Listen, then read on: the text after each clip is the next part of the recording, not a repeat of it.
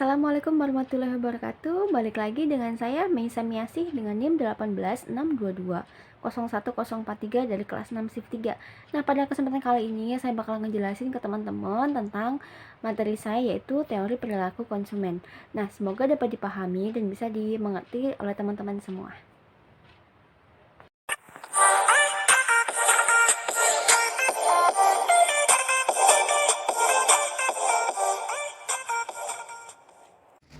Hai, welcome to my YouTube channel. Nah, pada kesempatan kali ini saya bakal ngejelasin ke teman-teman tentang teori perilaku konsumen.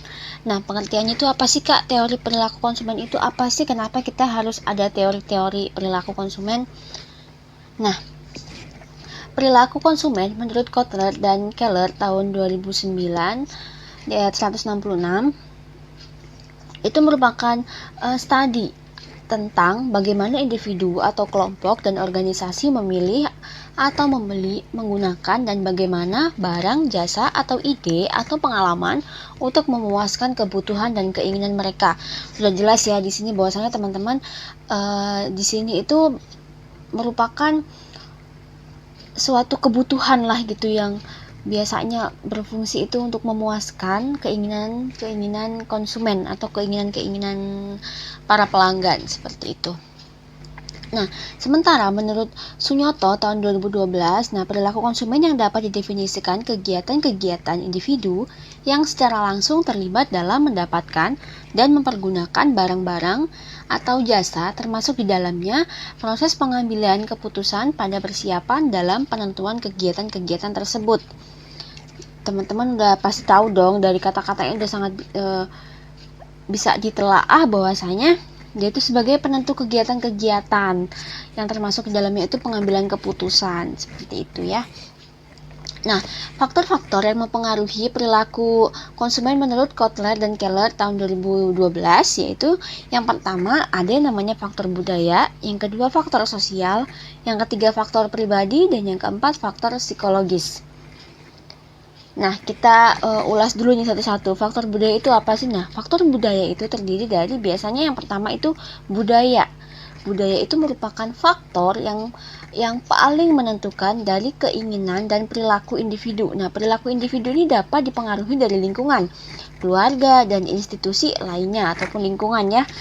Lalu yang kedua ada namanya subbudaya atau subbudaya. Nah, itu merupakan lingkup yang lebih kecil yang memberikan identifikasi dan sosialisasi secara lebih spesifik untuk partisipan dalam subbudaya.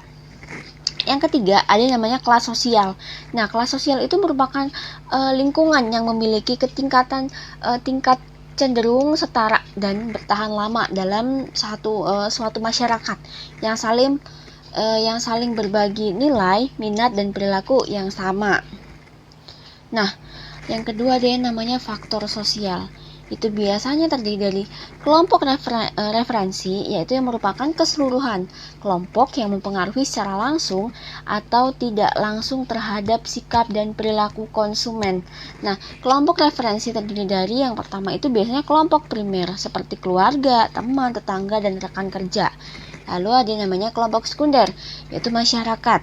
Lalu yang ketiga ada yang namanya kelompok aspirasi, sebuah kelompok di mana terdapat individu yang ingin bergabung ke dalam kelompok tersebut. Lalu ada yang namanya kelompok disosiatif. Nah, merupakan sebuah kelompok yang ditolak oleh individu karena memiliki nilai dan perilaku yang tidak diterima individu tersebut. Nah, masih lanjut lagi, faktor keluarga itu merupakan lingkungan yang paling berperan penting dalam sebuah masyarakat serta mempresentasikan kelompok referensi yang utama dan paling berpengaruh dalam kehidupan pembeli. Keluarga terdiri dari biasanya kelompok orientasi yang merupakan orang tua dan saudara kandung. Lalu ada yang namanya keluarga prokreasi, merupakan pasangan suami istri dan anak-anak. Nah, lalu yang ketiga namanya peran dan status. Peran merupakan kegiatan yang dilakukan seseorang dan setiap peran menyandang status. Orang cenderung memilih produk yang dapat mencerminkan dan mengkomunikasikan peran dan status yang dikehendaki dalam masyarakat. Nah, lalu kita masuk ke yang namanya faktor pribadi. Biasanya itu terdiri dari usia dan tahap siklus hidup ya. Seiring bertambahnya usia tentu akan memunculkan kebutuhan baru seperti kebutuhan jasa, kebutuhan perbankan, pengacara, dan konsultasi pernikahan.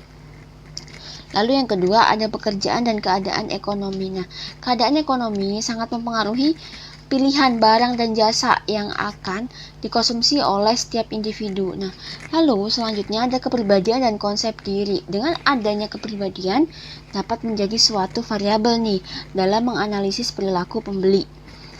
Gaya hidup ini yang paling banyak orang ikuti ya, karena gaya hidup itu akan semakin terus bertambah, terus meningkat, gayanya, trennya juga makin aneh-aneh lah ya, bisa dibilang aneh-aneh. Jadi manusia tuh paling sulit untuk menahan yang namanya gaya hidup ya.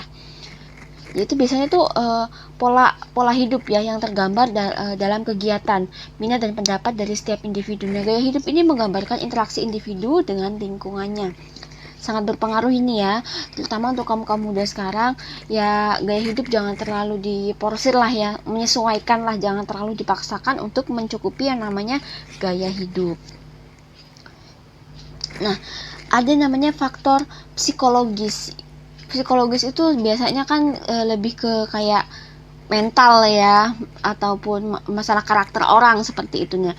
Yang pertama itu biasanya tuh terdiri dari motivasi nih, serta pengakuan, pengharapan diri, dan rasa memiliki. Ketika kebutuhan menjadi motif dan meningkatkan sampai intensitas yang cukup, akan mendorong seseorang untuk bertindak. Bener banget ya, mengendalikan gitu lah, karena motivasi itu sangat penting ya.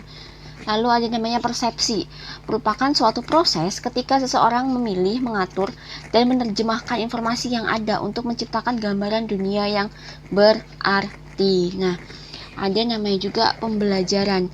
Nah, pembelajaran dapat memberikan perubahan dalam perilaku individu yang berasal dari pengalaman hidup. Lalu ada namanya memori jangka pendek dan memori jangka panjang.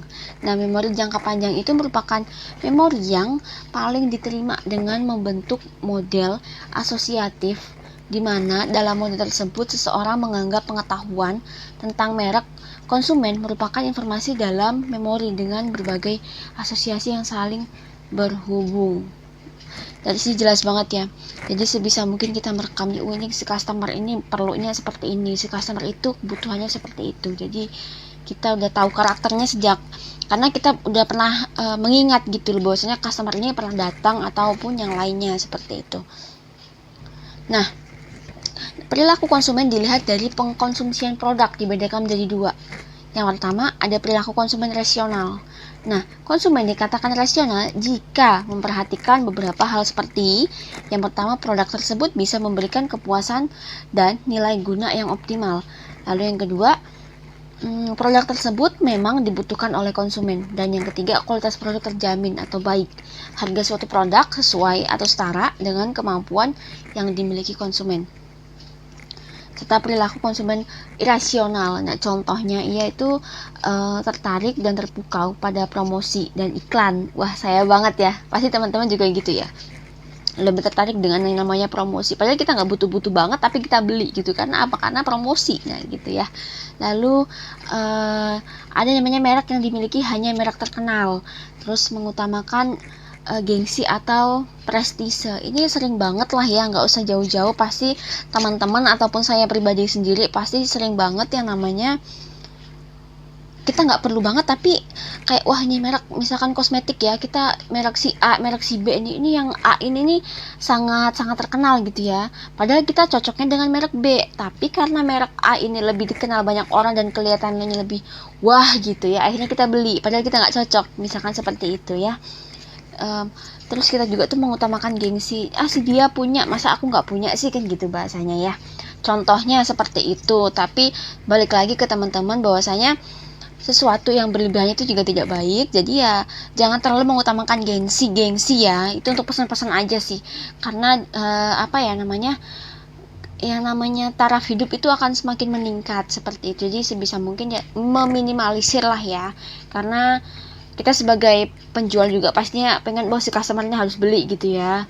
Tapi kita misalkan kita jadi konsumen juga harus bisa memilah-milahnya seperti itu ya. Kalau namanya penjual mah pengennya laku aja gitu kan. Nah, yang terakhir nih ada namanya pendekatan perilaku konsumen. Jadi kita harus tahu nih, pendekatan-pendekatan itu ada beberapa tipe ya menurut saya pribadi ya, ini di luar pengalaman saya pribadi sebagai seorang yang kerja di bidang marketing juga gitu ya, karena pendekatannya ke perilaku konsumen itu sangat penting ya, kan gimana ya teman-teman ya. Jadi kalau misalkan perilaku itu biasanya si customer ini dia udah pernah datang nih, jadi kita sebisa mungkin harus tahu dulu nih kebutuhan customer itu apa. Yang namanya kita pengen yang terbaik ya untuk si customer ya, jadi ya sebisa mungkin kita perlakukan si customer itu dengan baik juga seperti itu. Nah, misalkan yang pertamanya ada pendekatan marginal utility atau kardinal. Nah, itu kepuasan konsumen dari mengkonsumsi barang dapat dinyatakan secara kuantitatif. Nah, sehingga konsumen berusaha memaksimumkan kepuasannya. Nah, lalu yang kedua namanya pendekatan indifferensi curve atau ordinal. Nah, kepuasan konsumen dari mengkonsumsi barang tidak dapat dinyatakan secara kuantitatif, sehingga perilaku konsumen dalam memilih barang yang akan memaksimumkan kepuasan ditunjukkan dalam kurva kepuasan sama. Jadi, di sini kita bisa mengambil kesimpulan bahwasanya teori ini sangat berguna ketika kita menjadi atau kita terjun di dunia yang namanya dunia bisa jadi kan marketing ya, bukan marketing juga sih, untuk mengutamakan konsumen seperti itu. Jadi tiap perilaku konsumen itu sudah ada teorinya sendiri-sendiri gitu. Jadi sebisa mungkin kita harus bisa memahami si customer atau si konsumen itu dengan baik gitu loh. Jadi supaya kita juga mendapatkan hasil kinerja yang maksimal. Nah, saya rasa cukup sampai di sini. Mungkin banyak kata-kata saya yang bisa kurang dipahami oleh teman-teman. Saya mohon maaf, dan jika ada pertanyaan boleh banget kita belajar bareng. Silakan bertanya di kolom komentar. Kalau misalkan ada yang kurang jelas, kita juga belajar bareng-bareng ya. Saya juga masih banyak salahnya karena kita di sini sama-sama belajar. Saya akhiri ya. Wassalamualaikum warahmatullahi wabarakatuh.